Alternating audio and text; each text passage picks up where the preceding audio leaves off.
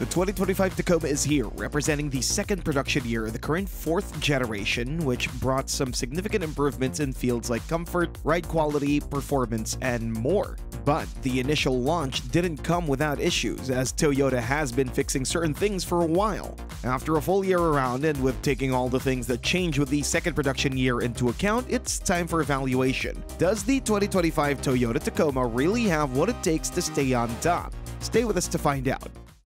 Fixing the problems.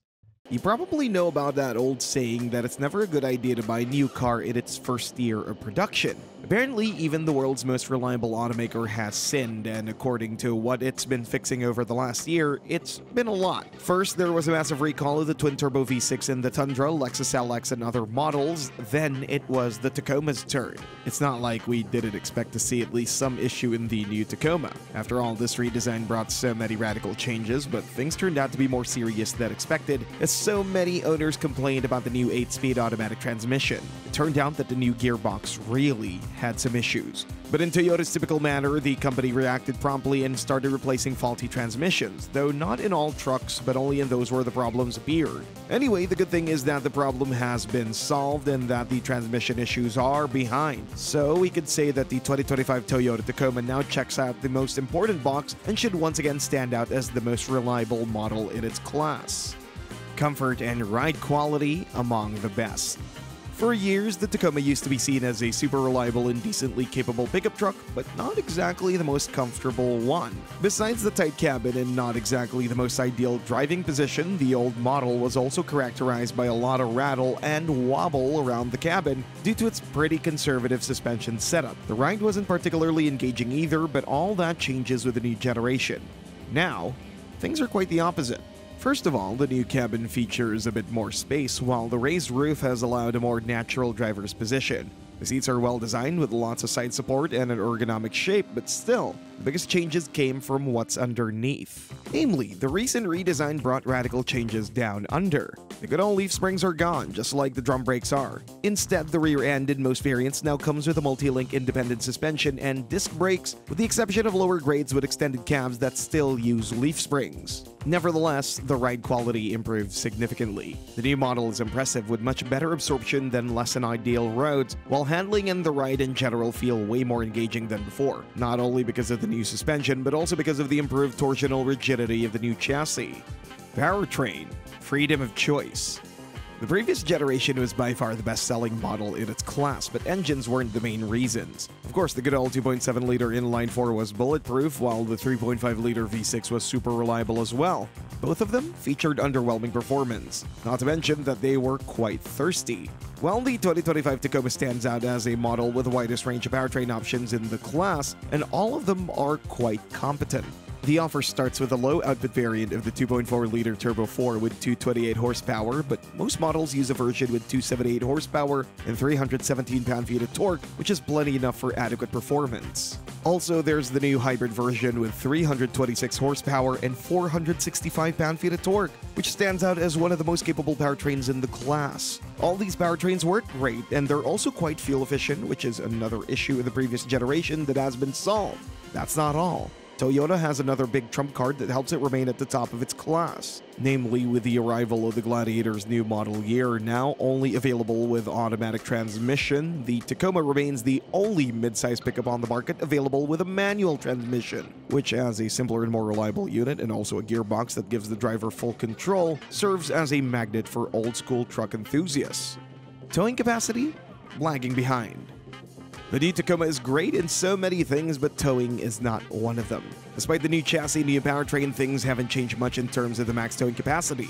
Actually, the max ratings are a bit lower compared to the previous generation, and now they only top at 6,500 pounds. The hybrid version is rated at 6,000 pounds, and while these figures aren't something we could call bad, the fact is that rivals are notably more capable. The Colorado and Gladiator can tow up to 7,700 pounds, while the Ford Ranger is good for about 7,500 pounds. Even the Nissan Frontier has just broken the 7,000-pound barrier, so the new Tacoma remains at the bottom of the pack.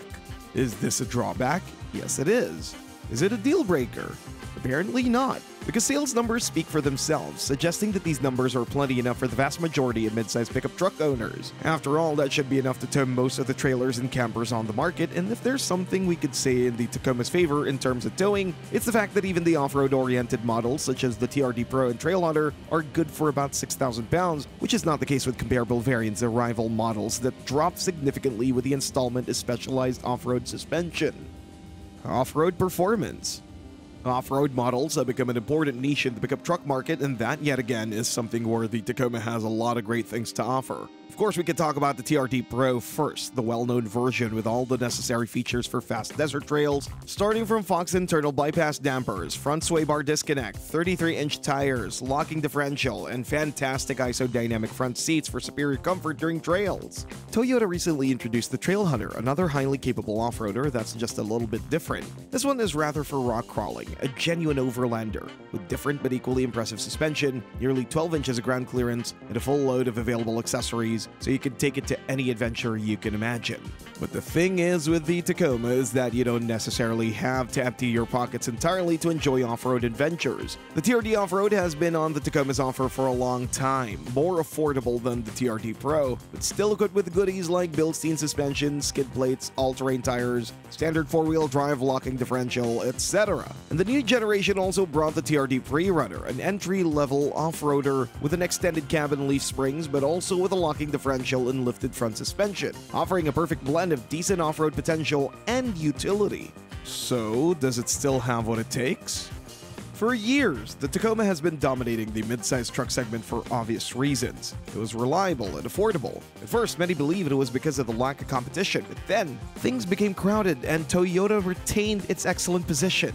It turned out that the secret of the Tacoma's success was in its versatility. It wasn't the best pickup in none of the single aspects, but combined, it was the most complete pickup around.